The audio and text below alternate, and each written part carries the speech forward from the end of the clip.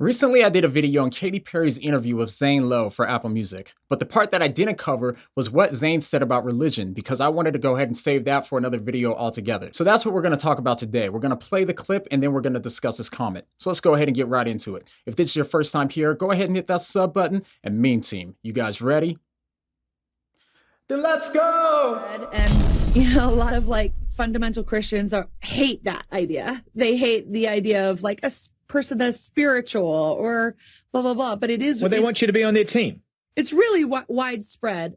I would define myself as a seeker. I'm a complete seeker of anything faith-based, of God, of a lot of different religions. I am a seeker towards better human evolution. Well, the bad news is that there's competition for religion now, and I don't know what it's really doing to help us evolve, and that is this ever-increasing obsession with fame. So, he says that he doesn't know what religion has done to help us evolve. And by evolve, in the context, he seems to mean that he doesn't know what religion has done to help humanity advance for the better. Well, like a lot of people today that criticize Christianity, I take it that Zane doesn't have a clue how much Christianity has benefited his life. But the good news is, you're gonna learn today.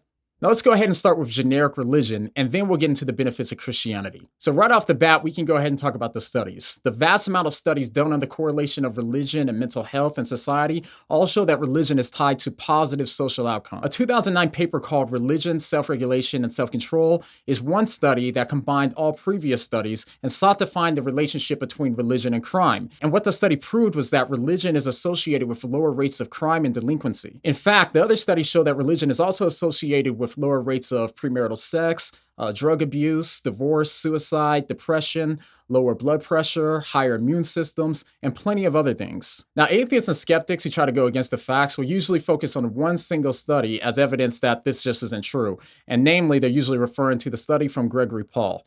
Now, keep in mind, even if the study were completely valid, it doesn't overturn all of the other studies that we have today. At best, you would have to add it to the pool of the rest of the studies, and it probably wouldn't even have any effect on the larger pool of the studies anyway. But that aside, there's a lot of issues with the study anyway, like the fact that the paper doesn't even have a statistical analysis, so that means that we don't even know if his data has any statistical significance in the first place. By the way, if you want to know more about that study, my friend Michael from Inspiring Philosophy did a video on it, and I'll go ahead and link that down below. So all in all, religion has had a positive outcome on people's mental health, their physical health, and also society at large. Now we can move on to talk about Christianity in particular. Has it helped humans evolve for the better? Whenever I hear people say things like Christianity has only brought bad things into the world and we need to get rid of it, I think it's crazy just how little people understand about what the world was like before Jesus came onto the scene. It's honestly so difficult to even try to overstate how much the world was transformed by his teachings. Before his teachings took hold in the Roman Empire, it was common for people to commit infanticide or to commit what's called exposure. Now, exposure was the practice of abandoning babies and leaving them out in the wilderness to starve to death or to be eaten by wild animals. There were a lot of reasons for why people did this, such as not wanting another mouth to feed, or because the pregnancy was accidental, and so on. And baby girls were especially vulnerable due to the fact that women weren't respected in that day,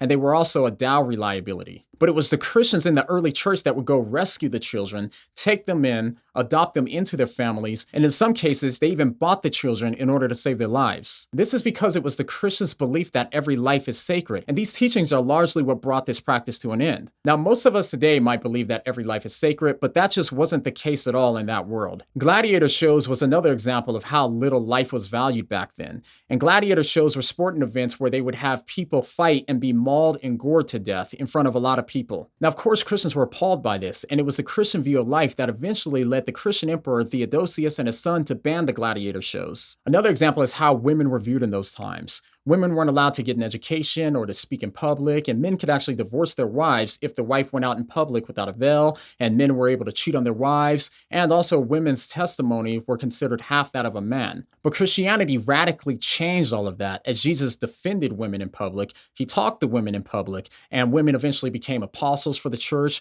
and Christianity taught that both men and women are to be monogamous to each other, not just one-sided, and that if you sin against your wife, you're actually sinning against yourself because men and women women are one flesh in marriage. Men were also told to love their wives as Christ loved the church, and he gave his life for the church, so that was significant. Another example is that Christians were the ones that also helped the sick when no one else did. Even in extreme situations, like when a plague hit Rome in AD 251, everyone else fled to the cities, but it was the Christians that stayed and helped the sick, sacrificing their lives to help and to minister to the people that were suffering. That self-sacrificial love was a direct consequence of Christian teachings. So in short, it was the teachings of Jesus that changed the world's standards of morality, stopped infanticide, gave women rights, inspired charities, founded schools for education, and created universities and created hospitals and established orphanages. More recent times, Christian teachings advanced science, they gave us concepts of political and social reform, they helped to abolish slavery, and so on. Not to mention, as Alvin Schmidt says, in medieval times, Christianity almost single-handedly kept classical literature alive through recopying manuscripts, building libraries, moderating warfare through truce days, and providing dispute arbitration. Christians invented colleges and universities, dignified labor as divine vocation, and extended the light of civilization to barbarians on the frontiers. Now, to be clear, there's plenty of other things that I didn't mention in this video, and so I'll go ahead and link a book down below that goes through a lot of them. But I hope that that's enough to show that the charge that religion hasn't done anything or doesn't do anything to help people evolve is hopelessly out of touch with reality. It's done far more than Zane Lowe could possibly imagine. So the next time that you hear someone say that religion hasn't done anything to help humanity, what are you gonna say? What do you mean?